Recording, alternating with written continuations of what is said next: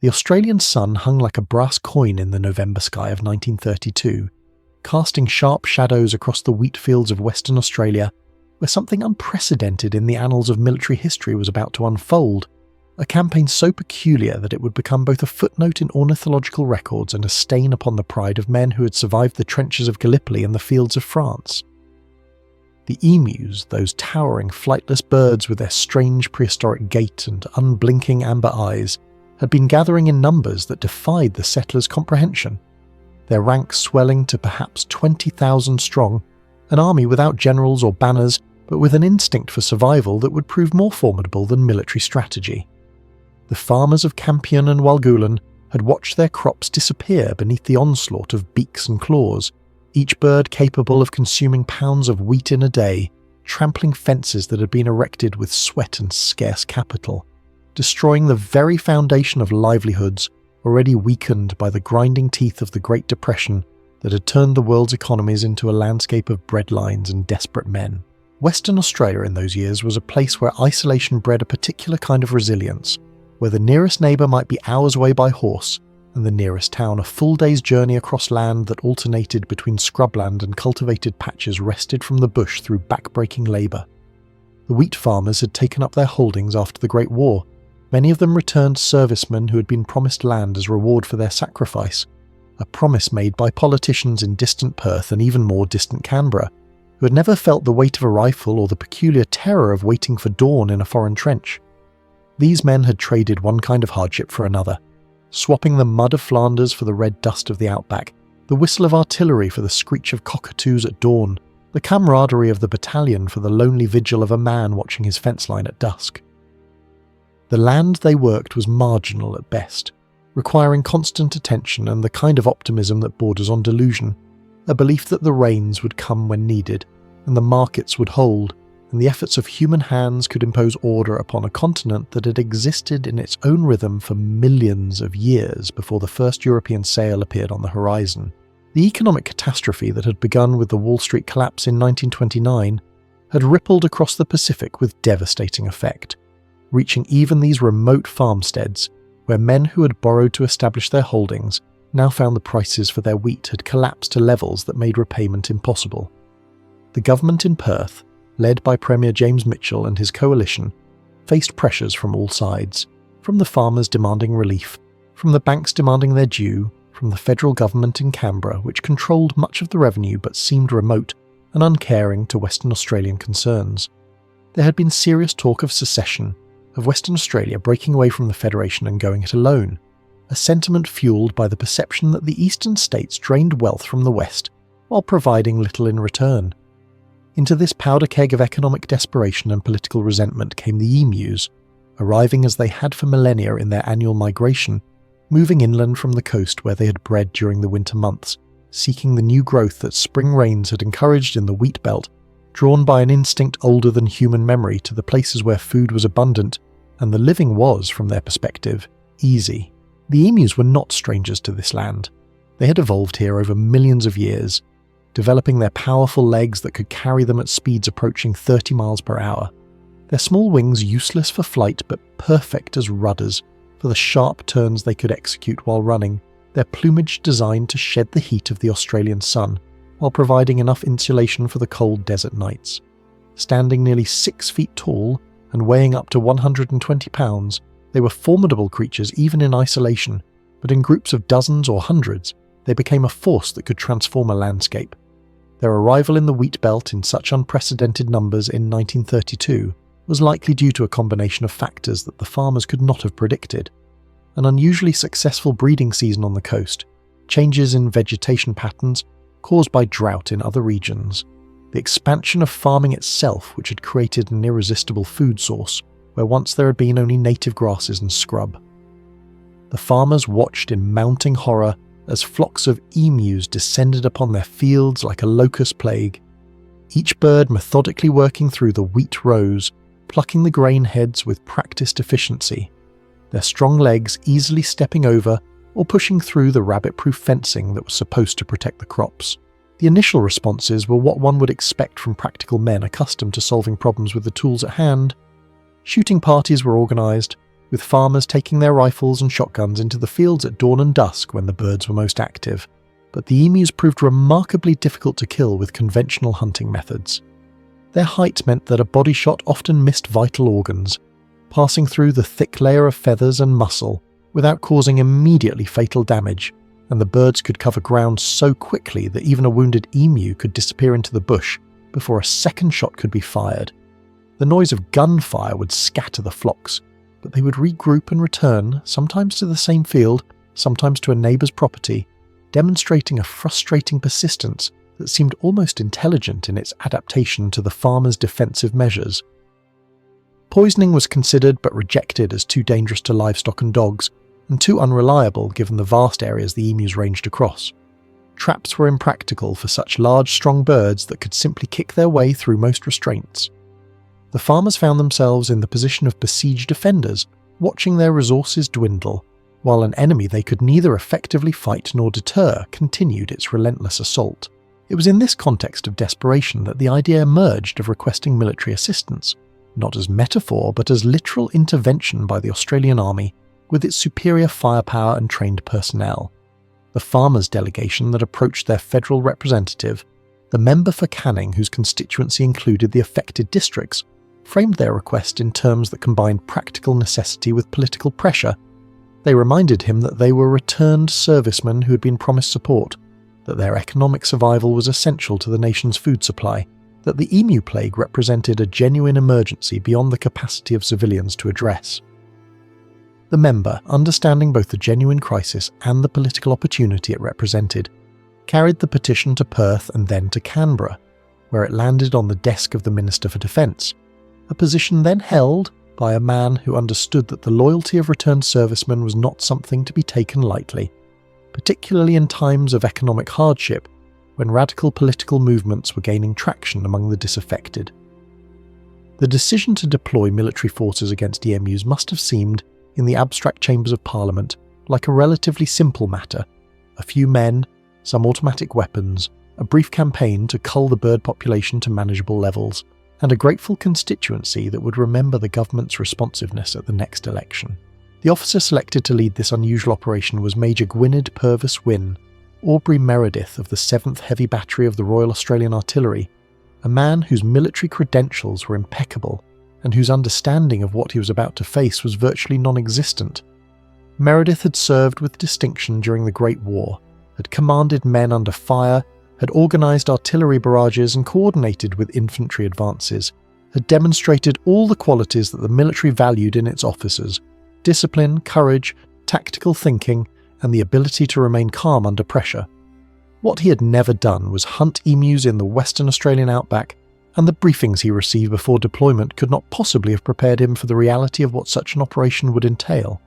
He was assigned 2 soldiers, Sergeant S. McMurray and Gunner J. O'Halloran, both veterans themselves, both trained in the operation of the Lewis gun, a light machine gun that had seen extensive service during the war and was now considered somewhat obsolete but still formidable in its firepower. The Lewis gun was capable of firing between 500 and 600 rounds per minute, fed from a distinctive circular pan magazine holding 47 rounds, cooled by air flowing through an aluminum housing that gave it a characteristic appearance. It was a weapon designed to suppress enemy infantry, to sweep trenches and bunkers with sustained automatic fire, to create zones of lethality that no soldier could cross. In theory, it should have been devastatingly effective against flocks of large, flightless birds. The small military expedition departed for the wheat belt in early November 1932,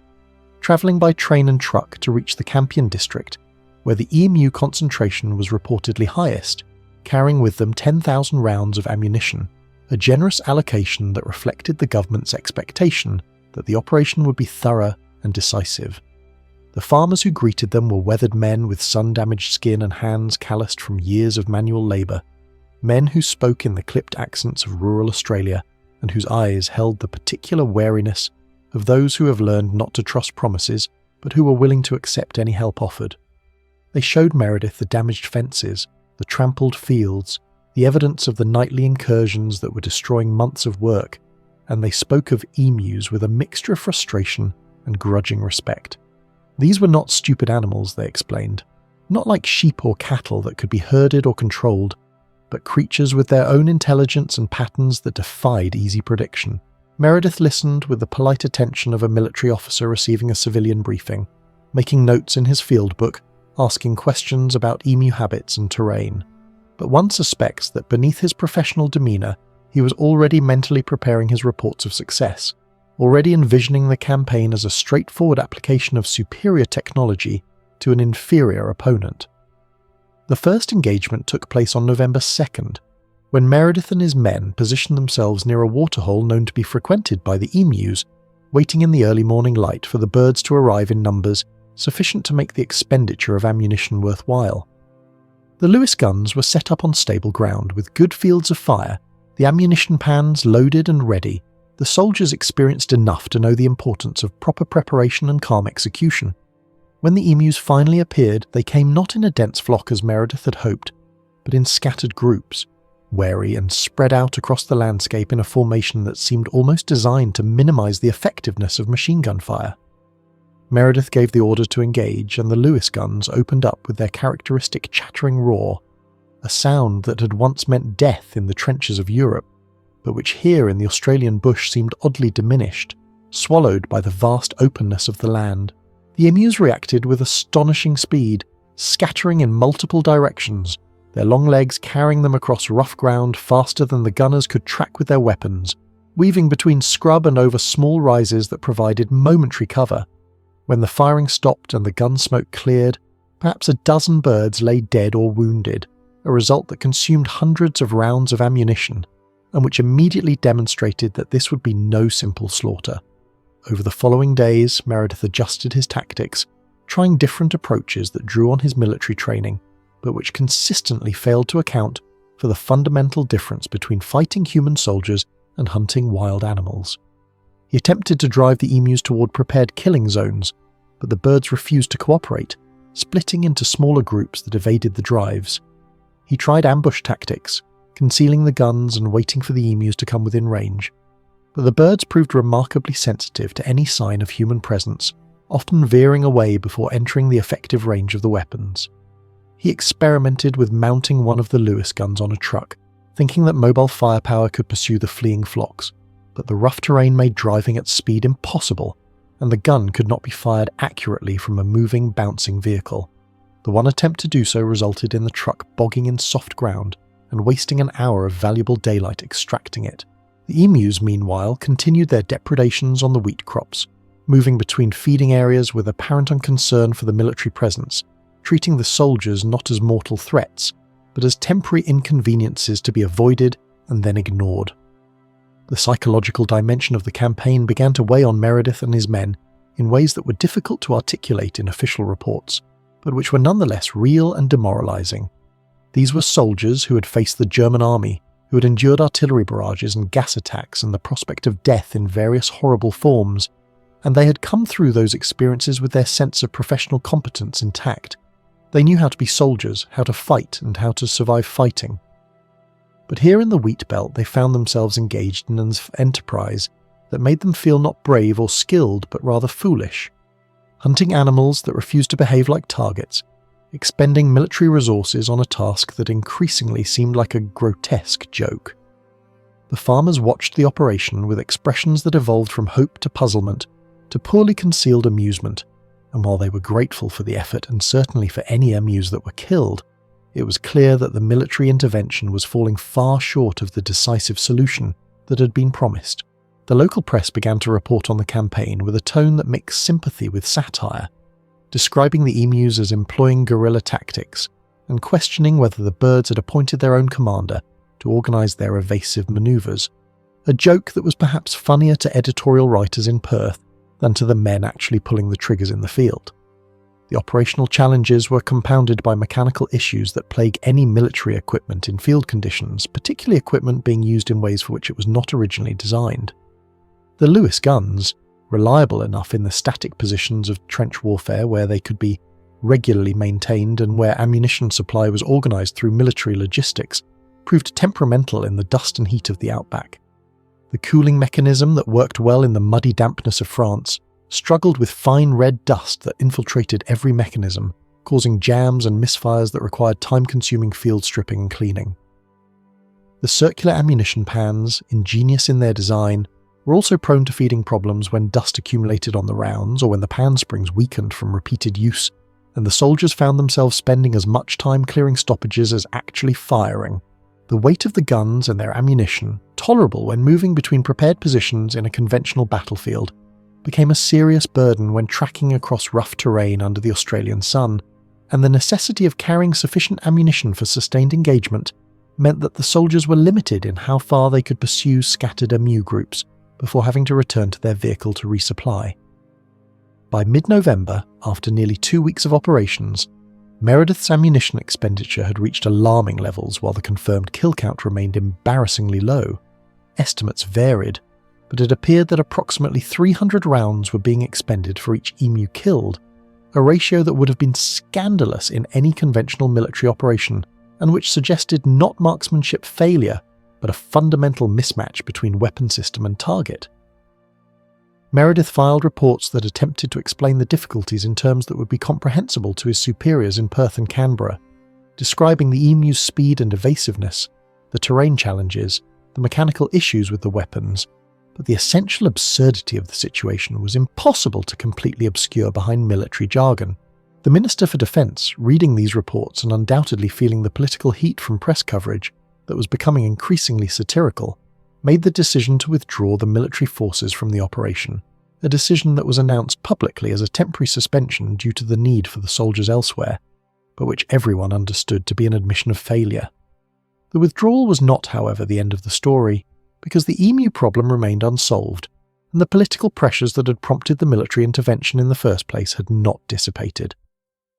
The farmers continued to suffer crop losses, continued to petition their representatives for assistance, continued to threaten political consequences if their needs were not addressed, and the government continued to face the uncomfortable reality that returned servicemen were among the most politically significant constituencies in the country, men whose loyalty could not be taken for granted and whose disaffection could fuel more radical movements. After a brief pause, during which presumably there were intense discussions in government offices about alternatives and options, the decision was made to resume military operations, with Meredith and his men returning to the wheat belt in mid-November, with instructions to conduct a more limited but hopefully more effective campaign. This second phase of what journalists were now openly calling the Emu War benefited from the lessons learned during the first attempt. Meredith had a better understanding of emu behaviour, had refined his tactics to focus on smaller engagements rather than attempting mass kills, had worked out some of the mechanical issues with the Lewis guns, and approached the task with more realistic expectations about what could be achieved. The renewed campaign showed some improvement in effectiveness, with the kill rate increasing as the soldiers became more experienced emu hunters rather than conventional military operators, learning to anticipate the bird's evasive patterns and to position themselves more effectively for ambush.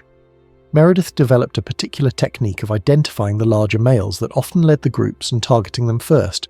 on the theory that the leaderless flocks would panic and scatter more slowly, providing additional targets. Whether this theory was ornithologically sound or merely a rationalization is unclear,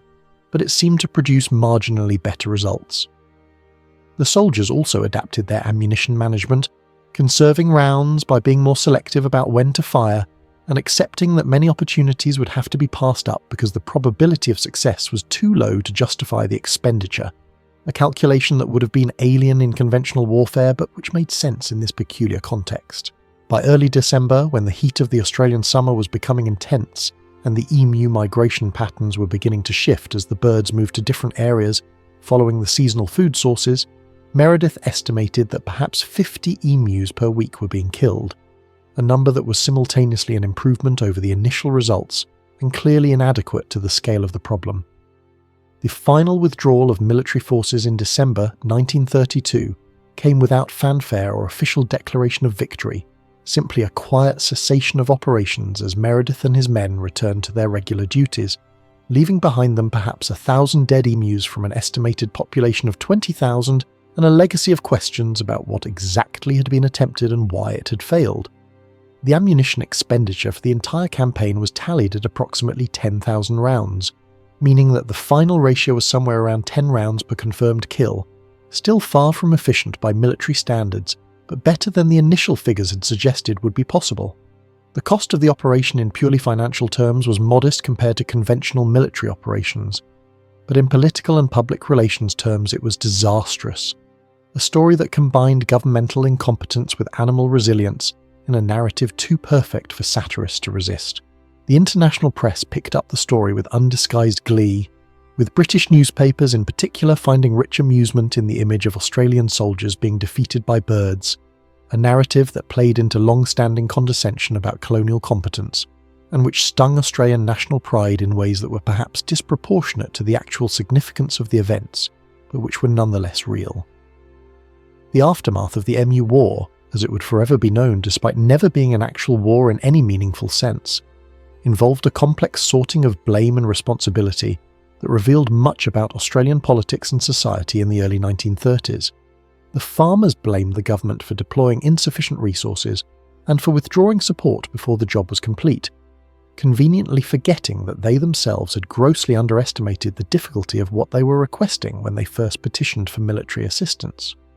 The military blamed the civilian leadership for assigning an inappropriate mission with unrealistic expectations, and privately many officers blamed Meredith for accepting the assignment in the first place, rather than refusing what should have been obviously a fool's errand. Though this criticism was unfair given that refusing orders was not an option for a serving officer, the government blamed the press for sensationalising what should have been a minor agricultural support operation, and blamed the EMUs themselves for being unreasonably difficult to kill, and blamed the weather and the terrain and anything else that could deflect from the fundamental miscalculation of thinking that military force was an appropriate solution to a wildlife management problem. The Defence Minister, in particular, found himself subject to ridicule in Parliament, where opposition members delighted in asking detailed questions about the campaign's planning and execution, forcing him to defend decisions that sounded increasingly absurd when articulated in formal legislative language. Questions about whether the emus had been given the option to surrender, whether they were entitled to be treated as prisoners of war under the Geneva Conventions, whether medals would be awarded to the victorious birds. Meredith himself became an unwitting public figure, his name forever associated with the campaign despite his relatively junior role in the decision-making process that had led to it. He handled the situation with as much dignity as possible, neither making excuses nor accepting blame that rightly belonged to his superiors, maintaining in his official reports and in later interviews that the operation had been conducted professionally under difficult circumstances and that the failure was one of conception rather than execution. His description of the emus as demonstrating an extraordinary ability to withstand multiple bullet wounds and operating with a degree of tactical intelligence that would be commendable in any military force was both accurate observation and subtle critique, suggesting that the problem had never been the soldiers' competence but rather the fundamental unsuitability of the mission. In private correspondence that would surface years later, Meredith expressed frustration not with the emus themselves but with the political thinking that had imagined machine guns as appropriate tools for wildlife management, and with the lack of understanding among civilian leaders about the difference between military operations against human enemies and attempts to control animal populations. The question of why the emus proved so difficult to kill in significant numbers, despite the application of automatic weapons, requires understanding both the biological realities of the birds and the tactical limitations inherent in the situation. Emus are evolutionarily optimized for survival in the harsh Australian environment, with physiological adaptations that include a distributed fat reserve system, allowing them to survive extended periods without food, a highly efficient water conservation system, and most relevantly for military purposes, a body structure that makes them remarkably resistant to injury that would be immediately fatal to other animals of similar size. Their vital organs are well protected by muscle and bone. Their circulatory system can tolerate significant blood loss without immediately incapacitating the animal, and their nervous system allows them to continue functioning even with injuries that have doomed them to eventual death. An emu that absorbed several bullets might run for miles before collapsing, removing itself from the battlefield and making it impossible for the soldiers to confirm the kill or recover the body. The bird's keen eyesight, evolved to spot predators across the open plains, meant they could detect human movement at considerable distances, and their reaction time once alarmed was faster than the soldiers' ability to acquire targets and fire accurately.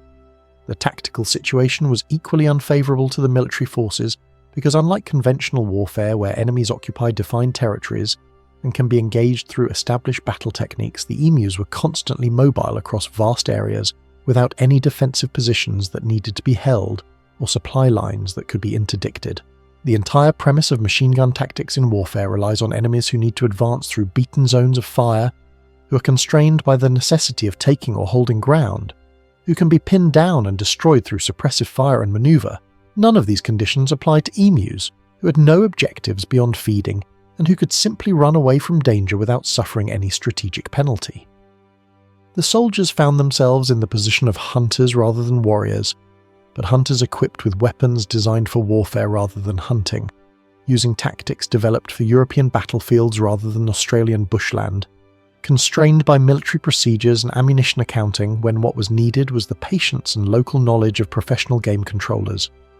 The comparison that contemporary observers drew between the Emu War and guerrilla conflicts was more apt than perhaps they realised, because the fundamental dynamic was similar: a conventional military force with superior firepower attempting to impose its will on an adversary that refused to engage on conventional terms, that used mobility and terrain knowledge to avoid decisive confrontations, that could absorb casualties without suffering organisational collapse, and that operated within a civilian population that made indiscriminate use of firepower impractical even had it been morally acceptable. The emus employed what military theorists would call dispersion and evasion, breaking into small groups that presented difficult targets and reassembling once the threat had passed, demonstrating a collective behaviour that, while entirely instinctual rather than consciously strategic, nonetheless achieved the same effect as deliberate tactical planning. The soldiers experienced the same frustrations that would later characterise counterinsurgency operations throughout the 20th century. The sense of fighting an enemy that was simultaneously omnipresent and impossible to bring to battle. The expenditure of resources on contacts that produced minimal results. The erosion of morale that comes from feeling that effort and expertise are being wasted on an unwinnable mission. The government's response to the failure of military intervention was to shift to a bounty system, offering payment for each emu beak presented as evidence of a kill, essentially privatising the culling operation and distributing it among the farming population, who had the time and local knowledge to conduct ongoing hunting, rather than attempting a quick military solution. This approach proved more effective over time, though it never completely solved the emu problem because the bird's breeding rate could replace losses, and because the fundamental issue, that agricultural expansion had created attractive feeding opportunities and emu migration routes, remained unchanged. The bounty system also had the political advantage of being less visible than military operations, avoiding the public embarrassment of ongoing failures while still demonstrating governmental responsiveness to farmer concerns. By 1934, the bounty record showed that over 50,000 emus had been killed, a number that dwarfed the military campaign's results and which represented the steady accumulation of individual hunting efforts rather than organised tactical operations, proof that persistence and appropriate methodology could achieve what technological superiority alone could not. The deeper questions raised by the Emu War touched on the relationship between human settlement and the Australian environment, issues that remain relevant nearly a century later. The wheat belt farmers were attempting to impose a European agricultural model on a landscape that had its own ecological rhythms, disrupting migration patterns and food webs that had existed for millennia, and then expressing surprise when the existing fauna adapted to exploit the new food sources they had created. The emus were not invaders or pests in any meaningful ecological sense. They were native species behaving according to their evolutionary programming, responding to the abundance of wheat exactly as they would respond to any other seasonal food source. The conflict was inevitable from the moment that agricultural expansion intersected with established emu migration routes,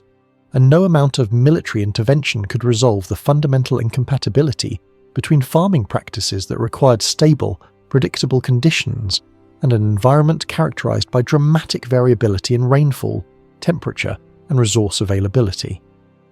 The political dimensions of the Emu War reflected the stresses within Australian federalism during the Depression years, particularly the tensions between Western Australia and the federal government in Canberra.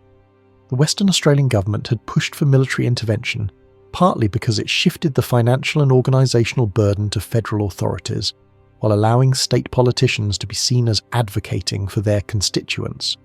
A classic example of political buck passing that ignored the practical question of whether military forces were an appropriate tool for the stated objective. The federal government had agreed to the deployment partly because refusing would have alienated returned servicemen, and partly because the political cost of attempting and failing was not immediately obvious. It was only after the press coverage became satirical that the full reputational damage became apparent, and by then the operation was already committed. The episode demonstrated how political pressures can drive policy decisions that make little sense from a practical standpoint, with each level of government responding to immediate political incentives rather than carefully analysing whether the proposed solution matched the actual problem. The cultural legacy of the Emu War has evolved over the decades from immediate embarrassment to eventual acceptance as a quintessentially Australian story, combining the nation's self-deprecating humour with genuine respect for the resilience of native wildlife. The episode has been recounted in numerous books, documentaries, and now internet content, each retelling emphasising different aspects depending on the narrator's interests and the audience's expectations. Some versions focus on the absurdist comedy of soldiers fighting birds, others on the genuine economic distress of the farmers, still others on the biological and tactical analysis of why the emus proved so difficult to defeat. The story has transcended its historical particulars to become a parable about hubris and adaptation,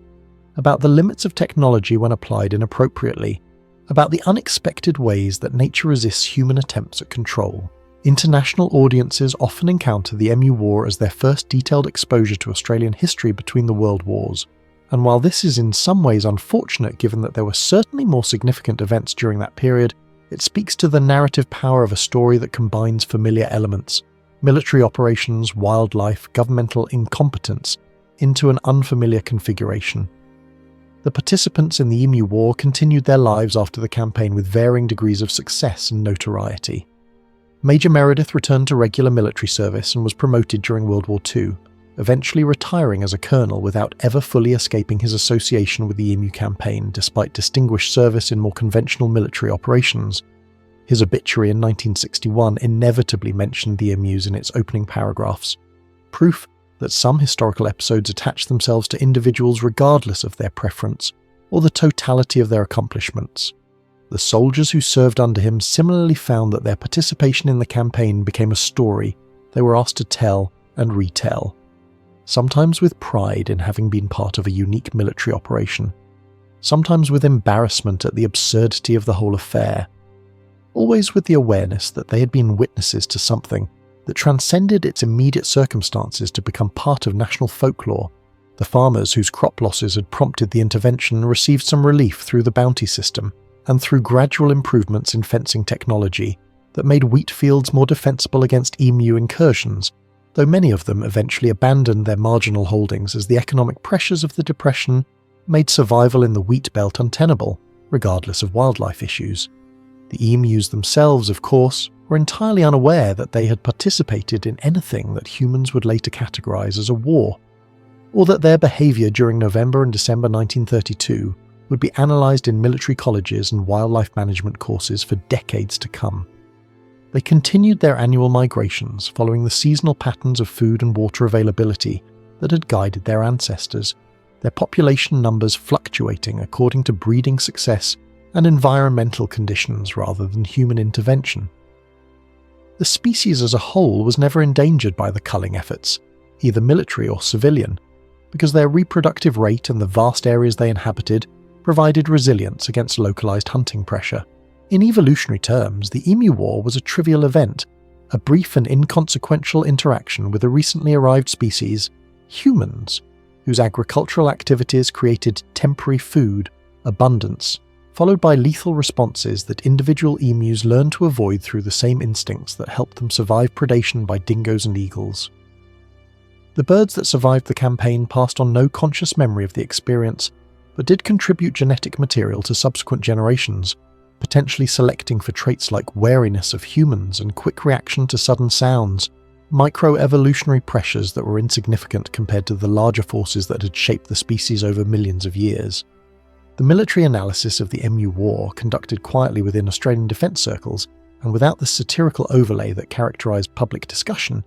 identified several legitimate lessons about the application of military force to unconventional problems. The campaign demonstrated that firepower alone is insufficient without appropriate tactics, and that tactics designed for conventional warfare may be counterproductive when facing adversaries, whether human or animal, that operate according to different imperatives. The difficulty of target acquisition in open terrain against mobile, dispersed targets highlighted vulnerabilities in light machine gun employment that would have relevance in later conflicts where enemy forces avoided massed formations in favour of fluid, small unit tactics. The logistical challenges of maintaining weapon systems in harsh environmental conditions reinforced the importance of equipment design that accounts for operational environments, rather than assuming that battlefield performance will translate automatically to all situations. The psychological impact on soldiers of engaging in operations that seemed absurd or futile, even when those operations were conducted professionally and competently, suggested the importance of mission clarity and the dangers of deploying military forces without clear, achievable objectives that soldiers could understand and believe in.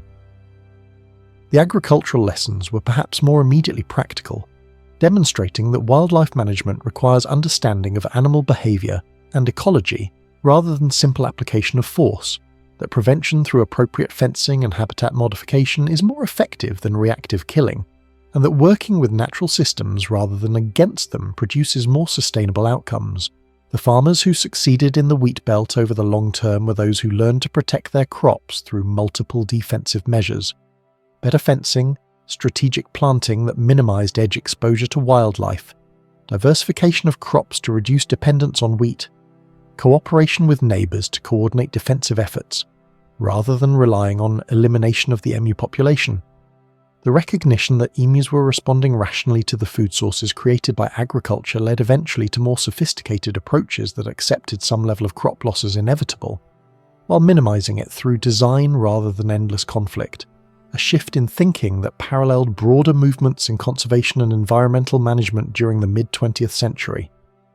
The press coverage of the Emu War represented one of the early examples of how media framing can transform governmental policy failures into enduring public narratives that outlast the actual events and their immediate consequences. The journalists who reported on the campaign in late 1932 made deliberate choices about tone and emphasis, selecting details that heightened the absurdist elements: the image of soldiers in military formation advancing on birds, the statistical anomaly of ammunition expenditure per kill, the quoted observations about emu tactical intelligence, while downplaying the genuine agricultural crisis that had prompted the intervention and the reasonable motivations of the farmers seeking assistance. This framing was not entirely inaccurate, but it was selective in ways that created a simplified narrative of governmental incompetence and military futility that obscured the more complex realities of Depression-era rural Australia and the difficult choices facing policymakers attempting to respond to multiple crises with limited resources. The staying power of this narrative demonstrates how humour and absurdity can embed historical events in collective memory more effectively than tragedy or heroism, and how once a story achieves a certain cultural resonance, it becomes resistant to revision or complication even when additional context becomes available. The economic context of the Emu War deserves deeper examination because it explains why what might otherwise have been a minor agricultural nuisance became a political crisis requiring governmental response at the highest levels. The wheat farmers of Western Australia in 1932 were operating on razor-thin margins, with many already in debt from the capital investments required to establish their holdings and from several years of poor prices caused by global oversupply and reduced demand during the Depression. The promise of the soldier settlement scheme that had brought many of them to the wheat belt had been predicated on assumptions about wheat prices and market access that had not survived the economic collapse, leaving men who had expected to build prosperous farms instead struggling to meet basic loan payments and questioning whether their wartime service had simply traded one kind of suffering for another. In this context, the loss of even a portion of their crop to emus was not merely inconvenient but potentially catastrophic. The difference between survival and foreclosure and their desperation drove them to seek solutions that under more stable economic conditions they might have recognised as impractical. The government's willingness to deploy military forces can be understood as an attempt to demonstrate responsiveness to a politically important constituency at a moment when faith in governmental institutions was dangerously low and when radical alternatives, including fascist and communist movements that were gaining traction in other countries, were beginning to attract attention among the desperate and disillusioned. The technological dimension of the story highlights the recurring pattern in human history of applying advanced tools to problems without first considering whether those tools are appropriate to the task, a pattern that would repeat throughout the 20th century in contexts ranging from agricultural development to military intervention to environmental management. The Lewis gun was a marvel of military engineering for its time, representing decades of refinement in automatic weapons design, incorporating sophisticated solutions to problems of cooling, ammunition feeding, and portability, capable of delivering devastating firepower that had changed the nature of infantry combat during World War I. But none of these impressive technical achievements were relevant to the specific challenge of culling mobile birds across vast open terrain, because the problem was not one of insufficient firepower, but of target acquisition, behavioral prediction, and sustained effort over time, challenges that required patience, observation, and adaptation rather than technical sophistication. The soldiers operating the Lewis guns were not incompetent. They were simply equipped with the wrong tools for the job, and no amount of training or tactical innovation could fully compensate for that fundamental mismatch between technology and application. The environmental history embedded in the Emu War connects to larger patterns of European settlement in Australia, particularly the recurring cycle of environmental modification, followed by unexpected consequences, followed by reactive attempts at control rather than proactive adaptation. The wheat belt itself was a relatively recent creation, carved from land that had previously supported entirely different ecosystems, woodland and scrubland dominated by native species adapted to the region's highly variable rainfall and poor soils. The clearing of native vegetation and the introduction of annual crops fundamentally altered the landscape in ways that the settlers understood in terms of agricultural productivity, but less well in terms of ecological disruption, creating new niches and opportunities that native species like emus would inevitably exploit.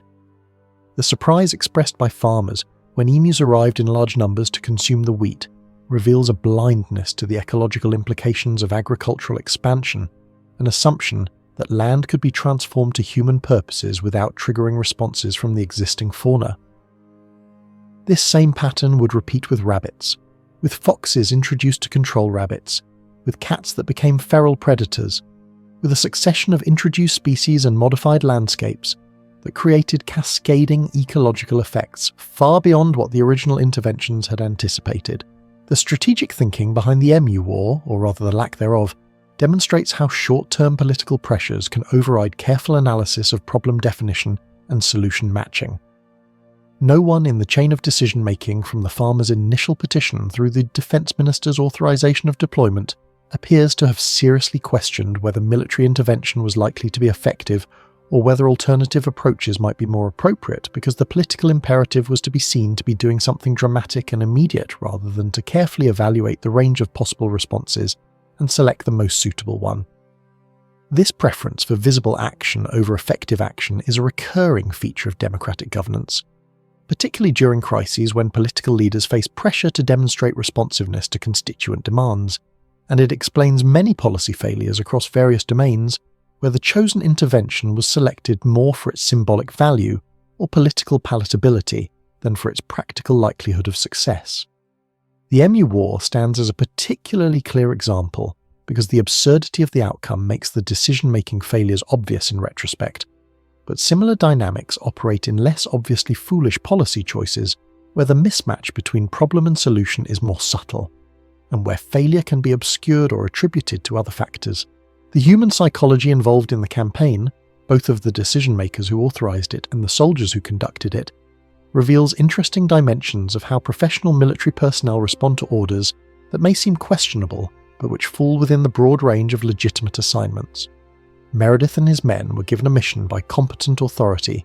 supported by official orders and allocated resources, framed as assistance to civilians facing a genuine crisis, and they approached it with the professionalism expected of soldiers even as they must have had private doubts about the enterprise.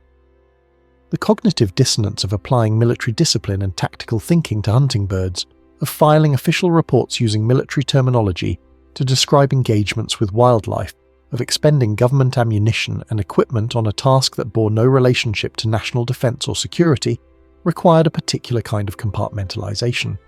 The ability to separate one's assessment of a mission's larger purpose from one's commitment to executing it competently. This same psychological capacity enables military personnel to function in many situations where the strategic rationale may be questionable, but where the immediate tactical requirements are clear, and it is both a strength in terms of organisational reliability and a potential weakness in terms of the capacity for institutional learning and self-correction. The legacy of the Emu War in terms of wildlife management and conservation policy was surprisingly limited, given how dramatically it illustrated the futility of attempting to control wildlife populations through military-style culling operations. Subsequent decades would see similar campaigns against other species perceived as pests: kangaroos, dingoes, feral pigs, camels, with varying degrees of effectiveness, but generally demonstrating the same fundamental truth that the emus had illustrated. Wild animal populations in Australia's vast landscapes cannot be controlled through reactive killing, but require integrated management approaches that address habitat, breeding, and human-wildlife interaction holistically. The bounty system that replaced military intervention in the emu context was itself ultimately recognised as inefficient and potentially counterproductive, creating perverse incentives for hunters to maintain breeding populations to ensure future income rather than to eliminate the species, and failing to address the underlying ecological dynamics that made crop depredation attractive to emus in the first place. Modern wildlife management has moved toward approaches that emphasise exclusion, deterrence, and habitat modification rather than population control through killing, though this shift has been gradual and incomplete, with political and economic pressures still sometimes favouring visible action, like culling over less dramatic but more effective long-term strategies. The international dimensions of the Emu War's reputation deserve consideration, because the story has travelled far beyond Australia and has been incorporated into various national narratives and comparative discussions in ways that the original participants could never have anticipated. For British audiences in the 1930s and beyond, the story reinforced comfortable stereotypes about colonial Australia as a place of peculiarity and incompetence, where even the wildlife could defeat organised military forces, a narrative that allowed metropolitan observers to feel superior while ignoring the much larger failures of imperial policy and governance. For American audiences, particularly in recent decades with the rise of internet culture and viral content, the Emu War has become a favourite example of governmental absurdity, deployed in political arguments across the spectrum as evidence of how state power can be simultaneously overwhelming in its potential for harm and comically ineffective in its actual application. For Australian audiences, the story has been reclaimed as a source of national identity through self-deprecating humour, a willingness to laugh at historical embarrassments that supposedly demonstrates healthy, cultural maturity, though this reclamation also risks trivialising the genuine hardships faced by Depression-era farmers and reducing a complex historical episode to an amusing anecdote suitable for cocktail party conversation.